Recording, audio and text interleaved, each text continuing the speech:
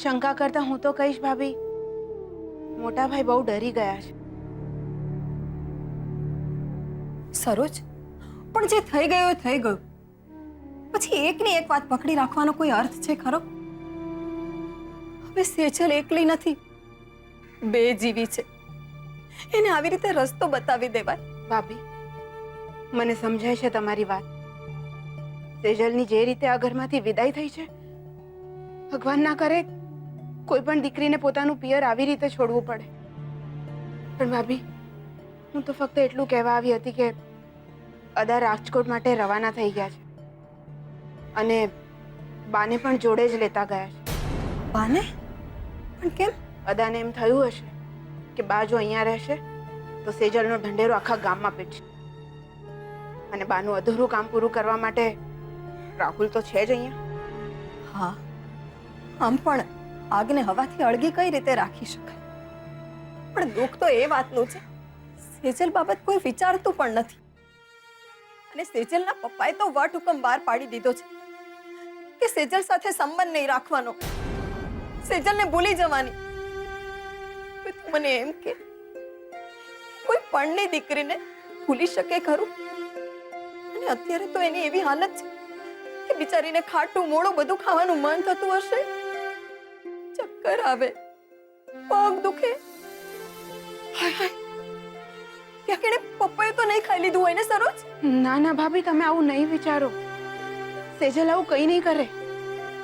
અને સેજલની સાથે ત્યાં પદ્માબેન તો છે જ ને, એનું સરસ ધ્યાન રાખશે. તમે ચિંતા નહીં કરો. અને અહીંયા આપણે મોટા ભાઈને મનાવી લઈશું ને.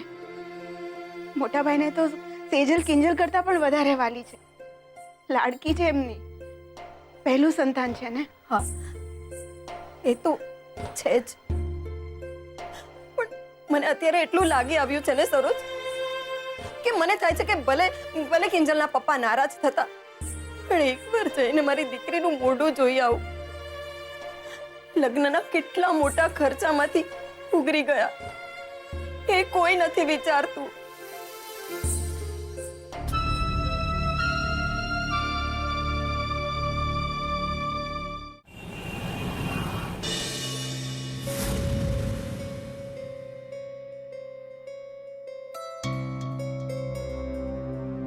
શું કરું? મારે સેજલને મળવા માટે જવું છે ને પપ્પા છે કે એમની નજર સતત મારા પર જ છે. બેંકમાં પણ મને ના જવા દીધી. શું કરું, શું કરું, શું કરું? અરે કિંજલબેન, તમે આ ચામાં સાકર નાખી કે નહીં? હા, તે કઈ કીધું ગુલાબ? અરે સાકર સાકર નાખી કે નહીં? હા. ના, એક મિનિટ. હા,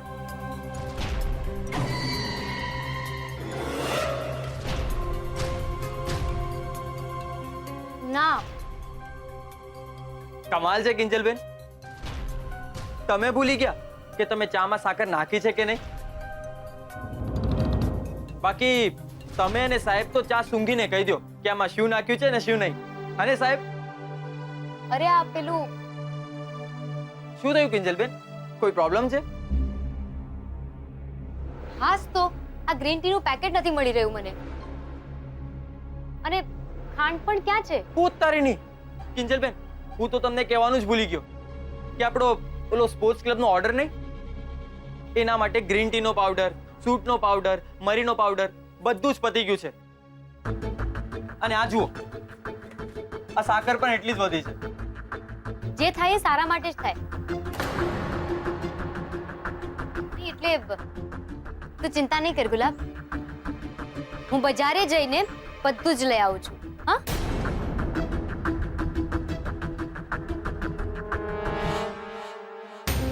પપ્પા, હું બજારેથી બધો સામાન લઈને આવી.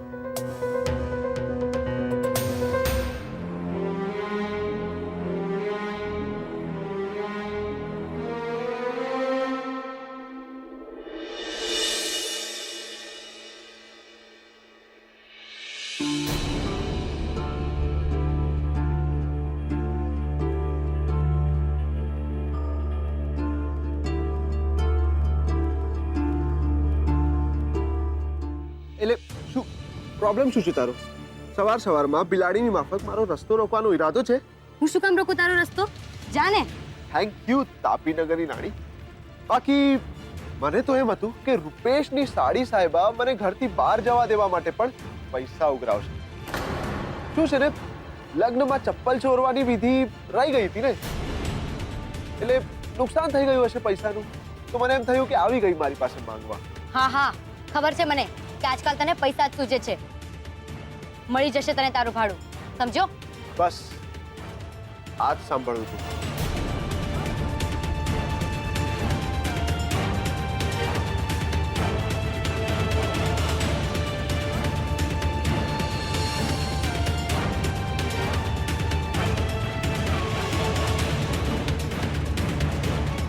ઉત્કર્ષ,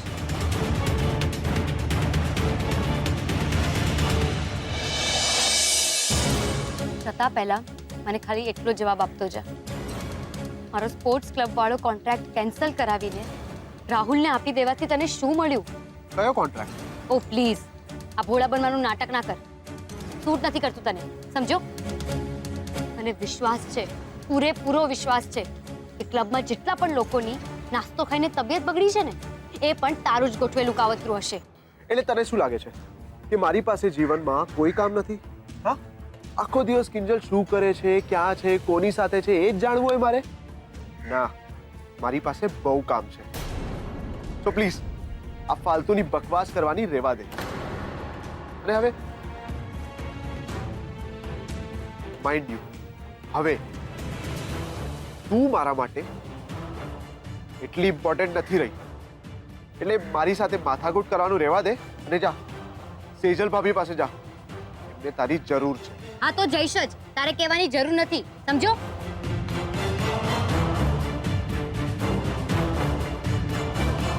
ગુસ્સો મારી તાપીનગરની રાણી, ગુસ્સો. તને કેમ સમજાવું કે સ્પોર્ટ્સ ક્લબ વાળો કોન્ટ્રાક્ટ મેં નહીં પણ માસુ અંકલે કેન્સલ કરાવ્યો અને રાહુલને અપાવડાવ્યો છે. પણ હું તને વચન આપું છું કે હું એ કોન્ટ્રાક્ટ તને પાછો અપાવીને જ રહીશ. કેવો બેફિકરો બની ગયો છે તું ઉત્કર્ષ. નથી તને મારી ચિંતા કે નથી સેજલની ચિંતા? શું તને દેખાતું નથી કે કેવી પરિસ્થિતિમાંથી પસાર થઈ રહ્યા છીએ અમે? આટલો પથ્થર દિલ તું થઈ ગયો? આવો તો તું ક્યારેય નહોતો, પણ હશે. જો હું તારી પાસેથી વધારે અપેક્ષા રાખું છું તો મારા દુઃખનું કારણ હું જ બનીશ. તારા ચહેરા પર કેટલી ચિંતા અને તાણ દેખાઈ રહ્યા છે કિંજલ. મને તારી ફિકર થઈ રહી છે. તારા દરેક દુઃખના કારણને તારાથી દૂર કરવા હું આ રીતે જીવી રહ્યો છું કિંજલ. બાકી આજે તારા માટેનો પ્રેમ એટલો જ સાચો છે. તારા માટે લડી નાખવાની મારી તાકાત પણ એ જ છે. તારી તાકાત તને મુબારક ઉત્કર્ષ, પણ હવે મેં નક્કી કર્યું છે કોઈના પર વિશ્વાસ પણ નહીં કરું અને કોઈની સાથે ક્યારેય દોસ્તી પણ નહીં કરું. અરે આમ બેઠી કેમ છે તું? ચાલ ચાલ ચાલ ઊભી થા. ખરાબ શાક સમાર, દાળમાં મીઠું વધારે નાખ. એટલે શું છે, મારી મમ્મીને સાસુગીરી કરવાનો ચાન્સ મળે. ના હો, જરાય નહીં. અને આમે એ મારી દીકરી છે, બહુ નહીં. ઓહો, ને બે જીવી છે, એટલે તારે એને જરાય હેરાન કરવાની નથી. હા એની માવજત કરવાની છે, સમજો? હા હા. સેજલ,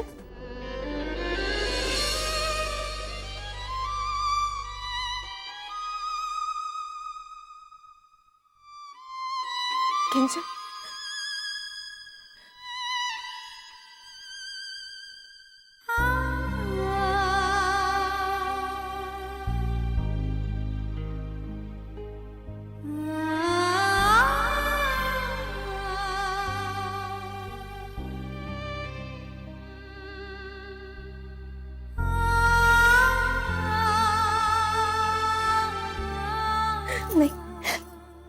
કેમ છે તું? અને તું કેમ છે? કેમ છે? ઠીક છે. તને ગમે છે ને અહીંયા?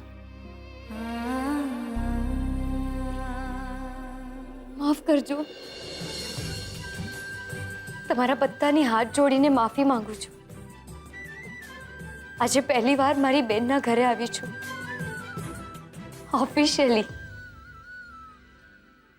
પણ ખાલી હાથે છું. વાહ વાહ વાહ, સારી સાહેબા. ખાલી હાથ ક્યાં છે? ક્યાં છે ખાલી હાથ? કેમ મને આ જો તારી બેનના મોઢા પર કેટલું સરસ મજાનું દાંત બતાવતું સ્માઈલ આવ્યું છે. તને કહી દઉં, આ સ્માઈલ પિયરિયાના ગિફ્ટ થકી જ આવી શકે. બરાબર છે. સ્માઇલ આપવામાં ક્યાં કોઈ ઇન્વેસ્ટમેન્ટની જરૂર પડતી હોય છે, નહીં? બધું મફત મફત. પપ્પા, આ બધું કિંજલને સંભળાવવાની શું જરૂર છે? અરે હું ક્યાં કઈ સંભળાવું છું? હું તો કિંજલને ઉલટાનું કહું છું કે કિંજલ બેટા, તું આવી ગઈ, તારી બહેનને લેવા માટે આવી ગઈ ને? સરસ. હા, જાઓ, નીકળો બંને જણા. શું બોલો છો તમે? કેમ ભાઈ, બધું રિવાજ પ્રમાણે થવું જોઈએ ને? રિવાજ પ્રમાણે ગૃહ પ્રવેશ, રિવાજ પ્રમાણે સ્વાગત, આ બી એક રિવાજ છે ને. લગ્નને બીજે દિવસે પિયરિયા લેવા આવે કન્યાને, કન્યા જાય પછી સાસરિયા કન્યાને લેવા આવે પાછા. જો આવવું હોય તો કદાચ ન પણ આવે લેવા. પપ્પા, તમને સારી રીતે ખબર છે કે હવે એ ઘરમાં સેજલ માટે એન્ટ્રી નથી, તો પછી શું કરવા આ બધા નાટક કરો છો તમે? નાટક હું કરું? નાટક તો આ બંને બહેનો કરી રહી છે. શું કે છે કિંજલ? તારું પેલા શું નામ હતું? સુશાંત. સુશાંતની સાથે સગાઈનું નાટક, પછી ઉત્કર્ષની સાથે મિત્રતાનું નાટક, અને હવે આજકાલ પેલો નીરવ સાથેનું નાટક. કેવું પડે, ખરેખર ડ્રામેબાજ છે આ કિંજલ. પપ્પાજી પ્લીઝ, તમારે જે કંઈ પણ કહેવું હોય મને કહી શકો છો. મારી બેનને આમાં ઘસેડવાની કોઈ જરૂર નથી. રાઈટ? મારે માટે બહુ સહેલું થઈ ગયું. હવે વાયા ઇનડાયરેક્ટલી વાત કરવાની જરૂર જ નથી. સીધું તને જ કહું, જો છોકરી, હું તને મારા ઘરમાં આ સંઘવી પરિવારની પુત્ર વધુ તરીકે સ્વીકારવા તૈયાર નથી.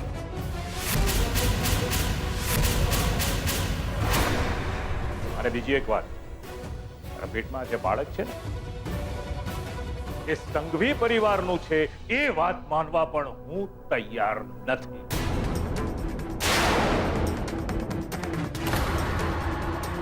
જ્યારે હું પોતે કહી રહ્યો છું કે આ બાળક મારું છે, તો પછી આ વાત માનવામાં તમને આટલો પ્રોબ્લેમ કેમ છે? પ્રોબ્લેમ એ છે બેટા કે જે છોકરી પ્રેગ્નન્ટ હોય ને, આવી રીતે વર્તે નહીં. એ જોયું નહીં? પોતાની બહેનને મળવા કઈ રીતની દોડીને ગઈ, એ જોયું નહીં તે? મૂર્ખ બનાવે છે આ બંને બહેનો મળીને, તને મૂર્ખ બનાવે છે. એક વાત માન, જેટલું બને એટલું જલ્દી આ સેજલથી તું છુટકારો મેળવીશ ને, એટલી તારી નુકસાની ઓછી થશે. રૂપેશ, પપ્પાજી સાચું કહી રહ્યા છે. અરે મને છોડી દેવી જોઈએ. સેજલ, તું આ શું બોલી રહી છે? તું અહીંયા આ ઘરમાં નહીં રહે તો ક્યાં રહીશ? માસુક અંકલ, હું તમારી સામે હાથ જોડું છું. પ્લીઝ તમે આવું બધું ના બોલો. મારી બેનને સ્વીકારી લો, એને આ ઘરમાં રહેવાની પરવાનગી આપી દો, પ્લીઝ. આપી દો. પરવાનગી આપવા હું તૈયાર છું. મારી એક શરત છે. જો છો, અરે મારા ઘરમાં વહુ તરીકે રહેવું હોય તો તારે ભૂલી જવું પડશે કે તું મોહન ભટ્ટની દીકરી છે. તારે કોઈ બાપ છે આ હાથ જોડતી આવી તારી કોઈ બેન છે, આખા કુટુંબ સાથે કાયમ માટે તારે તારો સંબંધ તોડી નાખવો પડશે.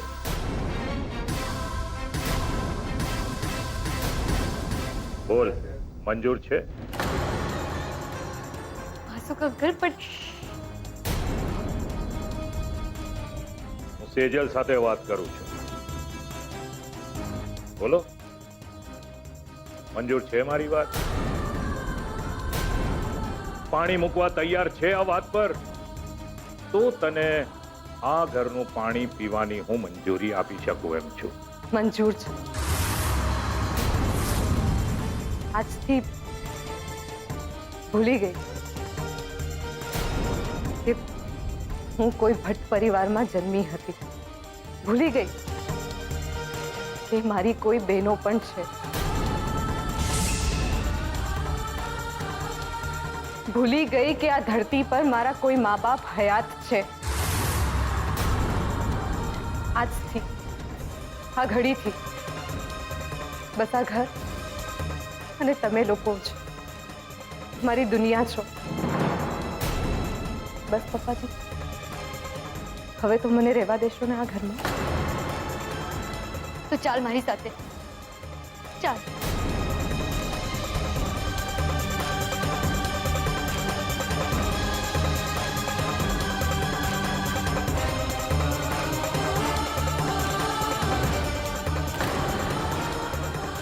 જવા દે ને.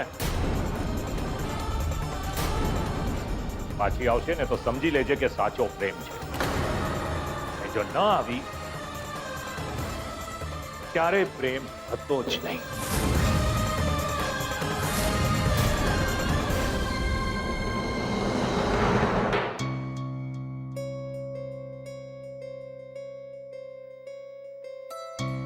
સેજલ, તારે માસુ કંકલની શરત સ્વીકારવાની શું જરૂર છે? તો બીજું શું કરતી હું કિંજલ? તું જ મને કહે ને. પપ્પાએ તો મારા માટે ઘરના દરવાજા બંધ કરી દીધા. પછી રસ્તે થોડું રહેવાય. એવું નથી કહેતી, પણ તું માસુ કંકલને ઓળખે છે ને? એ તો ઈચ્છે જ છે એવું કે આપણે દૂર રહીએ. યાદ છે તને જ્યારે એ લોકો આપણા ઘરે આવ્યા હતા તમારા બંનેનું નક્કી કરવા માટે? ત્યારે એમને શું શરત મૂકેલી કે સેજલ અને રૂપેશના લગ્ન થઈ શકશે, પણ સેજલને તમારી સાથે કોઈ સંબંધ નહીં રાખવાનો. એ વાતને હું કેવી રીતે ભૂલી શકું છું કિંજલ? પણ ત્યારે પરિસ્થિતિ અલગ હતી અને અત્યારે મારી પરિસ્થિતિ અલગ છે. હા, હવે તો તું માસુક સંઘવીના ખાનદાનની વહુ બની ગઈ છે ને, અને અમે ચાવાળા લોકો ત્યાં ને ત્યાં જ. કિંજલ, તને એવું લાગે છે કે હું આટલું ફાલતુ વિચારું છું? શરત કબૂલવાનો અર્થ તો એ જ થયો ને. બાકી સેજલ, તું એમ કે તું અમને જોયા વગર, અમને મળ્યા વગર શું રહી શકીશ? જે વાતનો જવાબ તને ખબર જ છે કિંજલ, એવા સવાલ શું કામ કરે છે? એટલા માટે બોલી રહી છું કારણ કે બોલવું અને કહેવું બહુ સહેલું છે, પણ જ્યારે આવશે ને માથા પર વીજશે ને ત્યારે તું નહીં નિભાવી શકે, જીવ પર આવી જશે. ને અત્યારે તારા માટે એ સારું નથી. શું સારું અને શું ખરાબ એની ચિંતા મેં છોડી દીધી છે. જ્યારે પણ પોતાની જાતને થોડી ડાઉન ફીલ કરું છું ને, અરીસાની સામે જઈને ઊભી રહી જાઉં છું અને જોઉં છું આ મંગળસૂત્ર, આ કાળા મોતી ગજબના છે. 2 જ મિનિટમાં મને લડવાની હિંમત આપી દે છે. પણ તારે લડવું જ છે શું કામ? હા, કઈ નહીં તો બાળકનું વિચાર કર ને. એને હું કઈ જ નહીં થવા દઉં કિંજલ. આ લોકો જેવા પણ છે ને હવે મારા જ છે. નિભાવી લઈશ.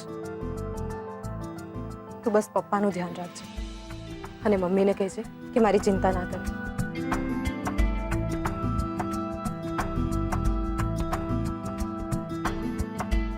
ચાલ, હું જાઉં છું. હા, ધ્યાન રાખજે.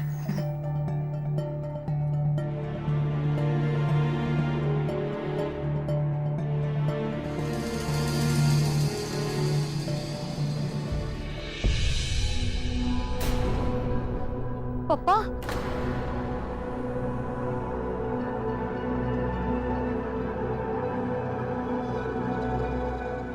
પપ્પા તમે અહીંયા સેજલની યાદ આવતી હતી? બિલકુલ નહીં. હું તો એ જોવા આવ્યો તો કે દુકાનમાં જે ખલાસ થઈ ગયેલો સામાન છે તે લીધો કે નહીં. લઈ લીધો ને?